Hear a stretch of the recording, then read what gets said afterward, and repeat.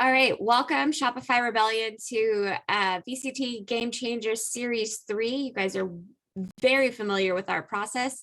So we're going to take questions for the next 15 to 20 minutes. I will call on the media. Media, please use the raise hand feature in the chat, and then I will call on you. Let's get started. Who wants to go first?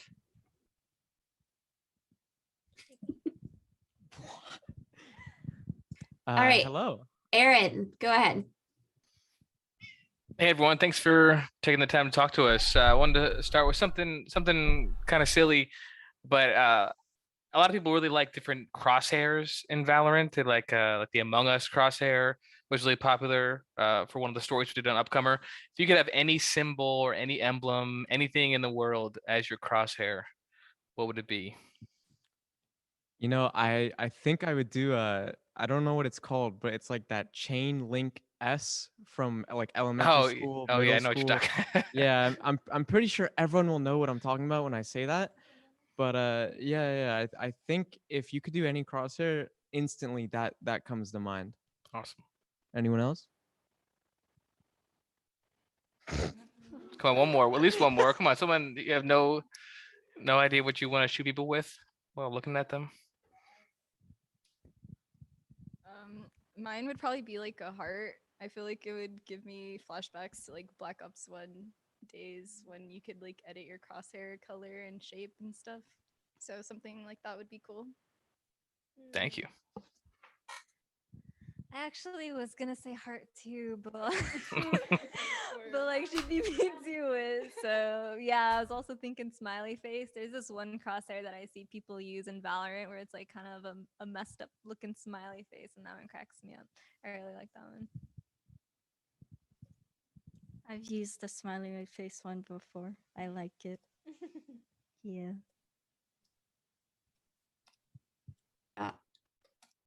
You want to add? Hey, go for it. I'll use a star, I guess. This is the only shape that we haven't used. But I don't know. It doesn't have to be what else to use. Like, it doesn't have to be a shape. You my could crosshair in forever, so. You could do the star from Super Mario Brothers or something like that. Oh, that's a good one. Yeah. Oh, mushroom. The mushroom? Yeah, the mushroom. That's interesting. And for those of us old enough, we will know that the S you are referring to is the Stussy sign, which was really cool when I was a child, which was in 1918. So I'm very old. Isn't is that what a I'm clothing saying. brand? Yeah, Stussy. Yeah, super old. It was cool in the 90s. It is not now, but everyone draws it on everything they have. Let's go to Pedro from the Click. Hello everyone. Congrats on making it this far in the tournament. Alongside Cloud9 White and COG Red, this team repeated in placement by going third in both Game Changers 1 and 2. This goes for like the members that played in those two competitions. Nevertheless, but the key difference between them was that you guys were signed by an org.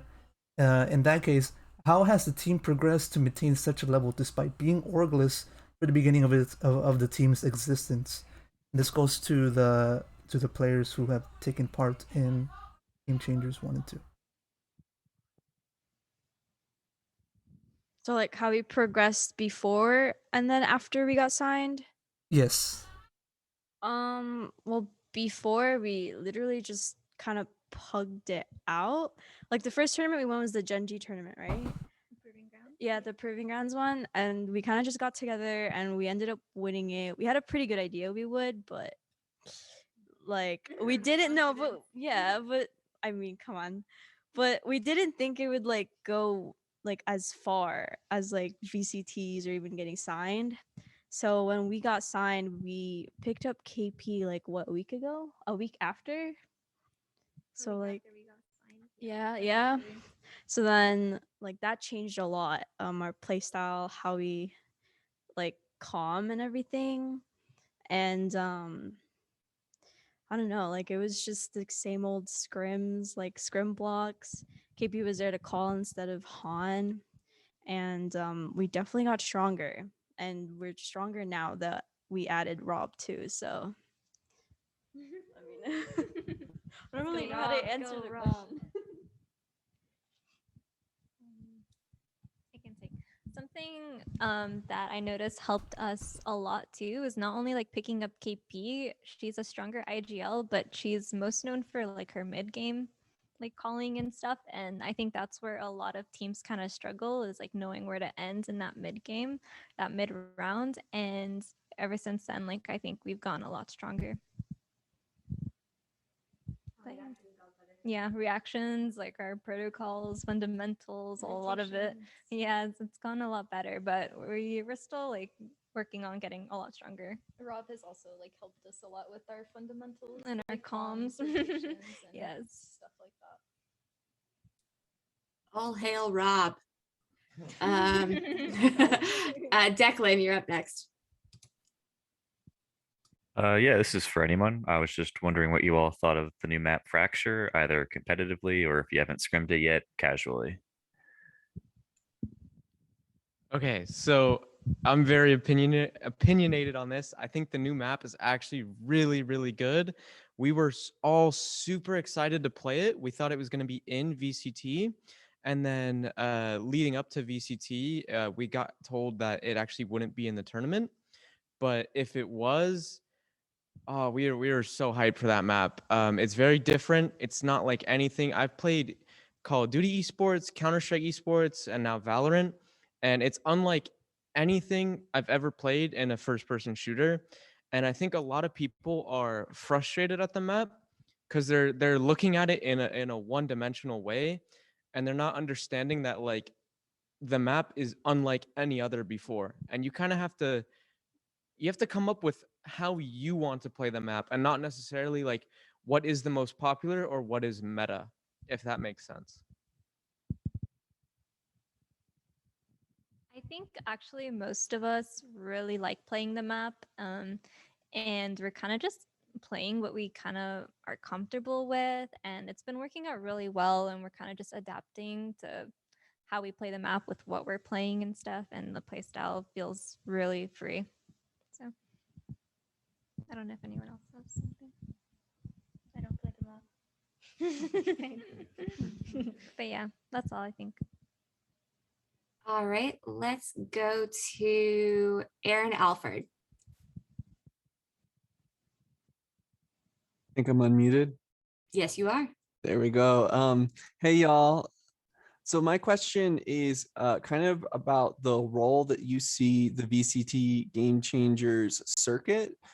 So I was wondering, this is for whoever wants to answer it, if you see the VCT Game Changers primarily as a path to tier 1 co-ed rosters in the long term, or if you see as an opportunity to elevate sort of all women's teams to tier 1, or as a separate replacement for tier 1 Valorant, or I guess tier 1's maybe not the right word for it, but like main VCT versus VCT Game Changers.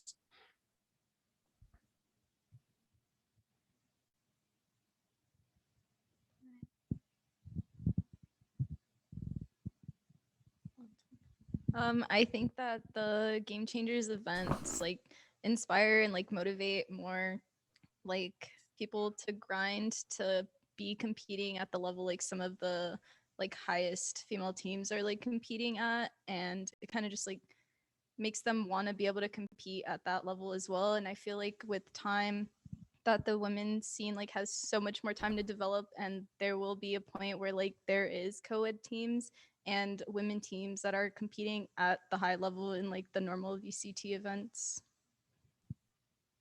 That makes sense to me. Thanks. Okay, let's go to Lynn from Run It Back. Hi, everyone. So I have a few related questions. So you all being together, what's it like being at the facility? What's it been like meeting each other in person? And if you've gotten a chance to practice together, what's that been like? Has there been any differences than when you've been online? We all just kind of got here not too long ago, but My first thought was like everything felt very natural already. We've kind of known each other for such a long time, it feels like, that when we met each other, it just felt so it felt so normal. It felt so casual. It felt just kind of like home. And yeah, we all kind of just like got along right away. We're vibing, we're chilling, we're laughing a lot, and we're having a lot of fun, and we're just really excited to look forward for the next days that are coming by. But does anyone else have something you want to say? Yeah, so we kind of all just got in here today, but I guess something I've known from like previous in-person experiences, like LAN events, is that just the vibe is just so much better in person. And hopefully, like being here, being at the facility, we won't have to worry about anything like technical issues or like any high ping affecting our matches, or just all of that kind of goes out the window, and we just really get to just enjoy each other and be here in the moment competing. So I think if anything, it'll boost the team's performance.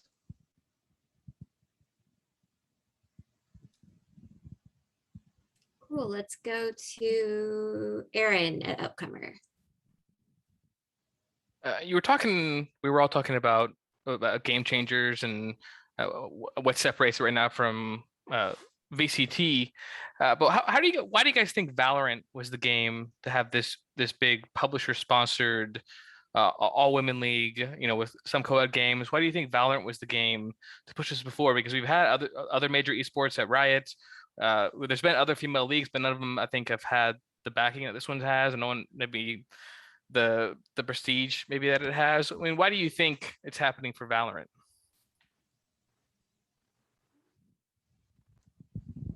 Well, like for Riot Games, I played League, and I honestly didn't even know that there was like a women's league. And then I went to CS:GO, and Valve they don't do a really good job of like exposure for women. Like I know like in ESCA lobbies or like FPL, like for the women's league, like you have to have someone like acquainted with someone to get you in. And there's like very few people and very few chances to really like integrate yourself in that kind of scene. But with Riot, in Valorant and Riot, they're like actively kind of like promoting these types of leagues, and it's working. I mean, Cloud9 White, like a lot of like mostly every Valve player knows Cloud9 White. They're very inspirational. Like we're inspired by them. And there's so much more teams like us, Stig, TSM. A lot more orgs are trying to get in, like CLG.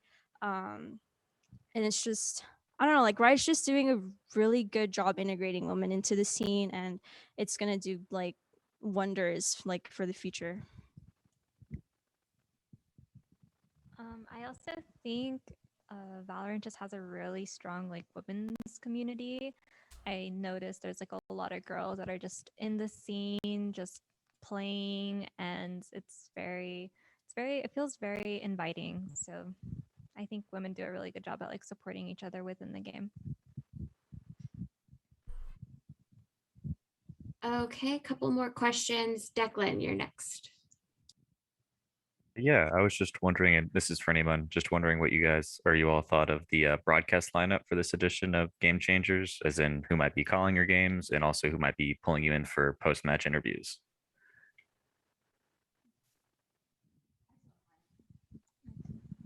I saw the lineup, and like Sean Garris, DDK. I know Mimi's gonna be there. Yeah, it's a pretty stacked lineup. It's fun. And I can't wait to like watch back and hear them like cast us. I don't know, like I've watched them since like CS:GO, like watched Sean Garris play and DDK cast, and like I've always like admired them for their talent.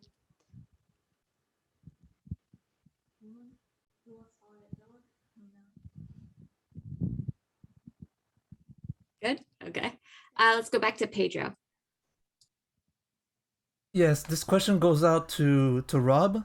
The team has mentioned how crucial your contribution has been to their improvement for Game Changers 3. And so, how has it been on your part? I mean, how has it been to work with them since joining as the newest head coach a few weeks ago? Yeah, for me, this is like my first coaching job, so it's been a lot of fun. Like they're all really fun to work with. Like they're good people, and they all listen and like trust what I'm saying. So for me, in my first coaching job, it's been like a real pleasure, and we've been working really hard for this event. And for me, I've only been with the team for 2 or 3 weeks, but I've seen pretty good improvement in that short amount of time. So it's been great for me. I see a lot of potential with this team long term, and like I'm really excited to work with them because like I see it as kind of like a blank slate where we can build a great foundation together and just keep building on it like every day. Keep learning every day. As long as everyone's like into it and listening and has a good attitude, we're gonna keep improving and be a really great team. And everyone does listen. And yeah, so I'm like very confident and very happy with the group. Yeah. Awesome. So we have 2 more questions on the docket. Aaron, you're next from Upcomer. What do you guys think of Valorant? It's the first major year of competitive Valorant. What do you think of the branding and the tournament names and how it's formatted in terms of challengers and like that? Is it clear to you if you had any family members or friends come to that and been confused at all, or how do you feel about it?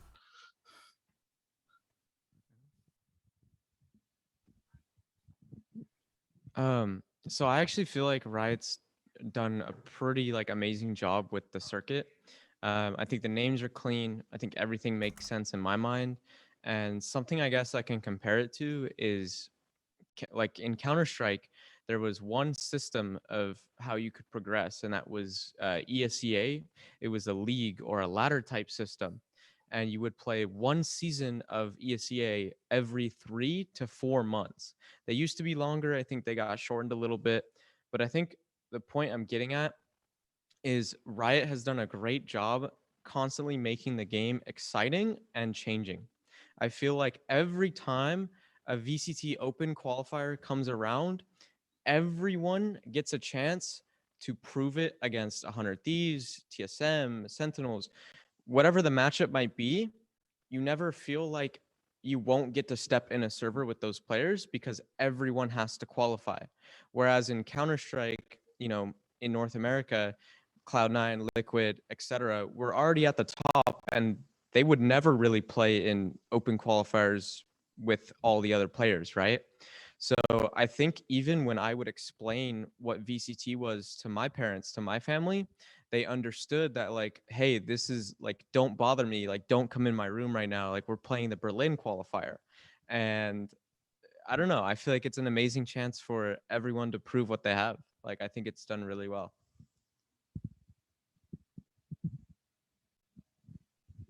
Okay, last question goes to Declan. Yeah, this is just a follow-up for KP. I was just wondering, you mentioned about the uniqueness of Fracture, and I was just wondering if you could kind of specify what you thought was unique about the map outside of like the obvious elements that Riot introduced. I guess like the way I think of the map is in the letter X. Like it's very interesting that instead of just starting on one side, you can start on both sides at the same time. And I think right now a lot of people are thinking of the map like very, very bare bones, and they're thinking that like they have to all start on the same side on defense or all start on the same side on offense, because that will lead to the best pushes, the best whatever. But I guess just what's unique about it is just the way you can kind of take any portion of the map at any given time, because there's so much on the map. Like that map is probably built for 6 or 7 players, but there's only 5. So at any moment, it kind of opens it up for someone to make a play, someone to be the hero, someone to make something exciting happen. And I think it really, really just reminds me of fast-paced Call of Duty, and I think that's why I like it so much. All right, and with that, thank you guys so much for joining us. We really appreciate it. And we will see you at our winners press conference on Sunday. Thank you. Thank you.